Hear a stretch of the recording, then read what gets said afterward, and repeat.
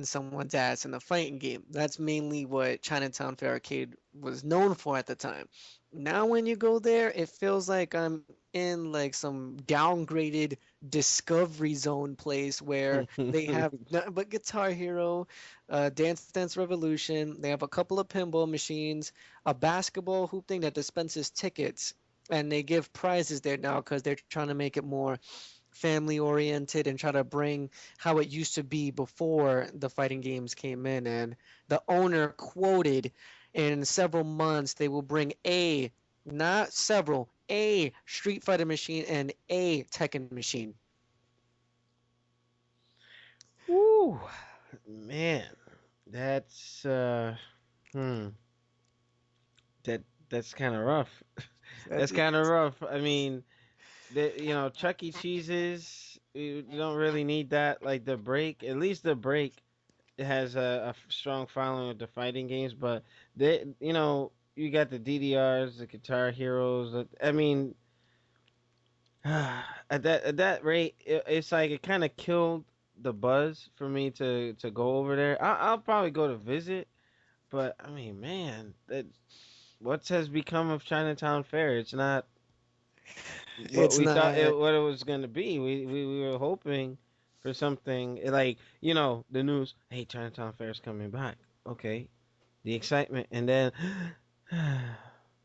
you know, good thing people didn't hold their breath or were waiting to exhale with that because I wouldn't say it's a letdown, but considering it's the owner's establishment, he could do whatever the hell he wants to do with the place.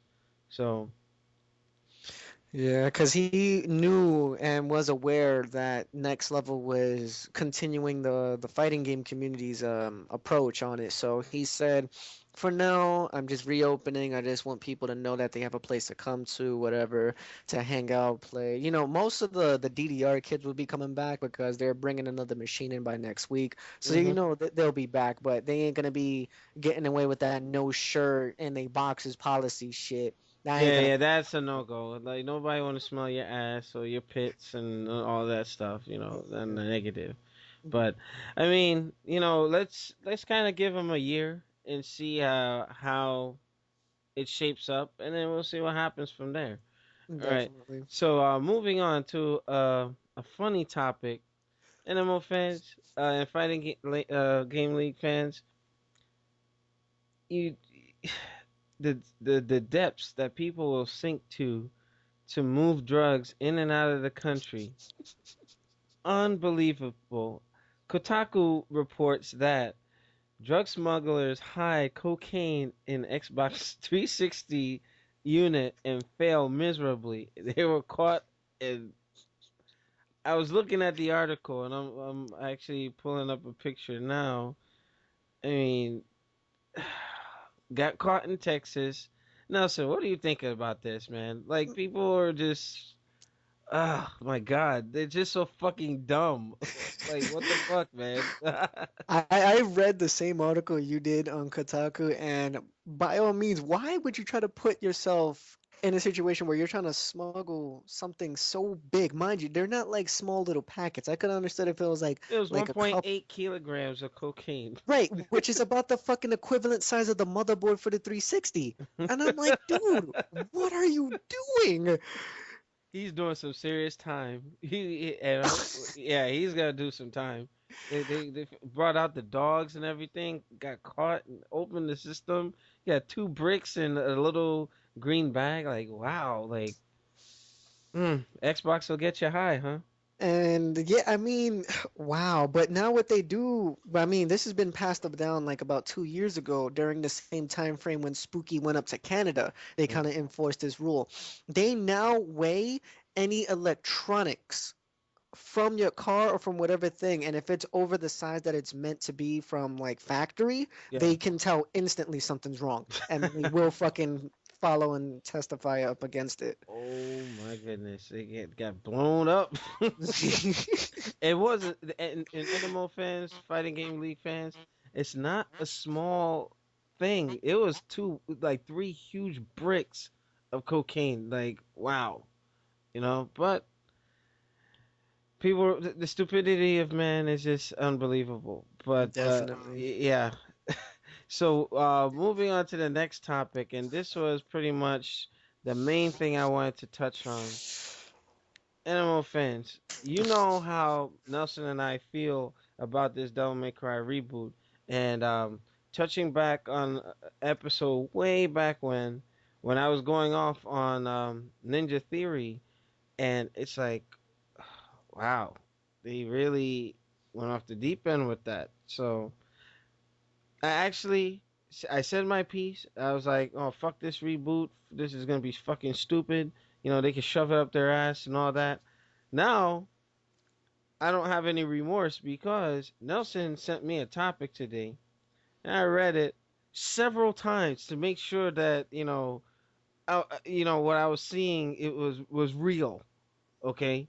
So apparently the developers at Ninja Theory for Devil May Cry reboot, they don't give a fuck how much or how little this game sells. So Nelson, what do you think about this before I go in on these bitch ass fool made punk motherfuckers?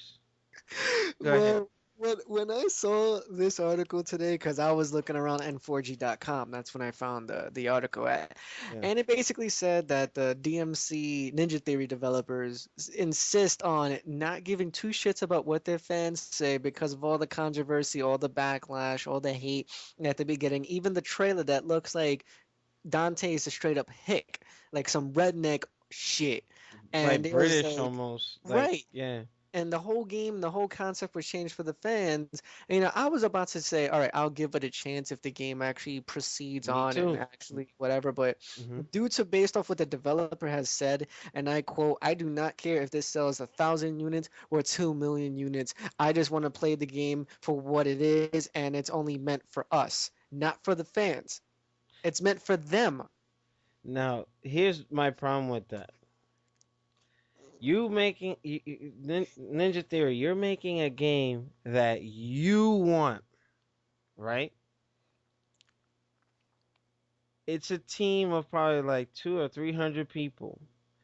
Now, how many fans of Devil May Cry are out there? From Devil May Cry 1, 2, 3, 4? And you're only gonna make a game that you will like.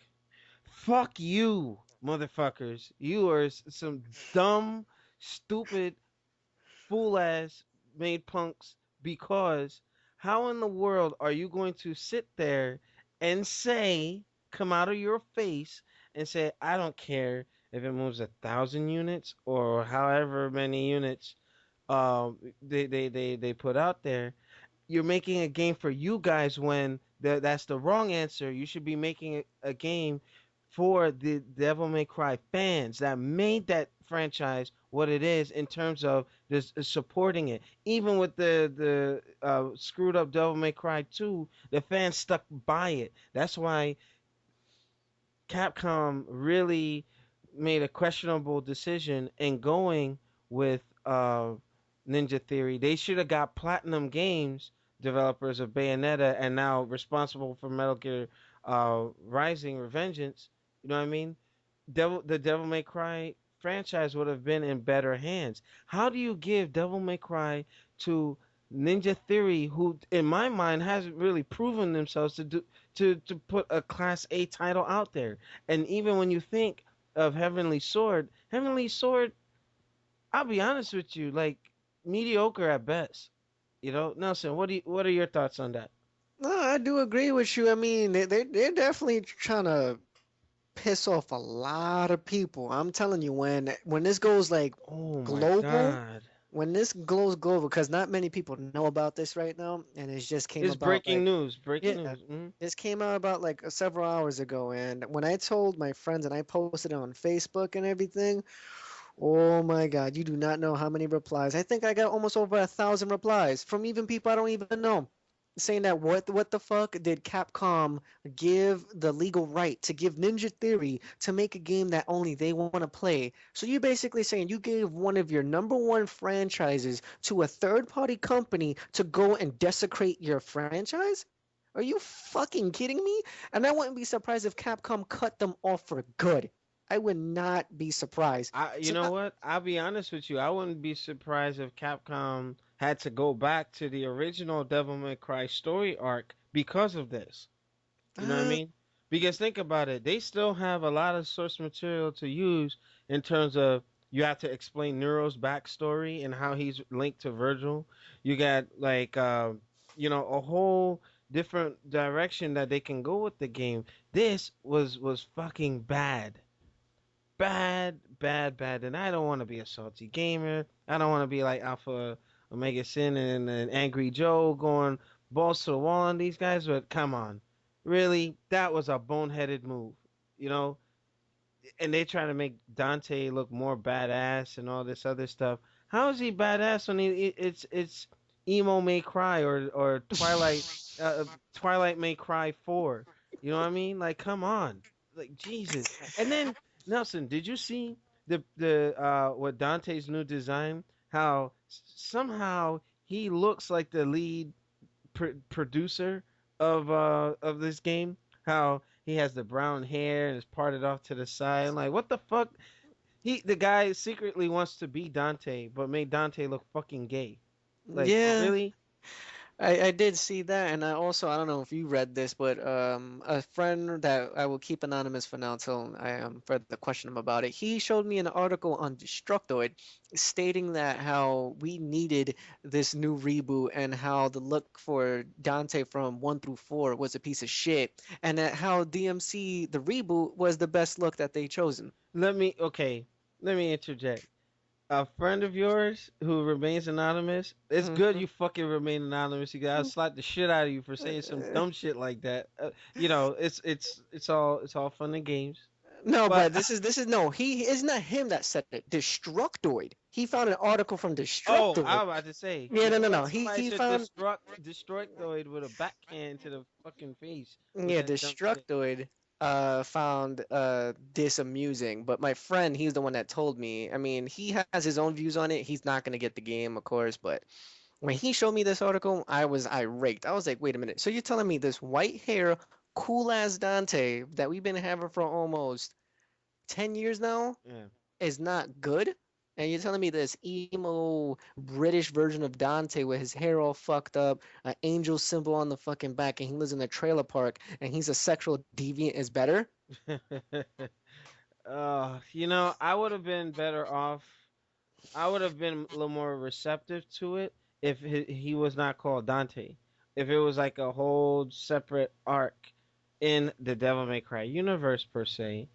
You know what I mean? But to call that Dante is disrespect. I mean, I almost feel as enraged as the Mega Man thing, but it's just I don't want to be beating the dead horse with that, but the fuck, man, fuck you, Ninja Theory, really. Ugh.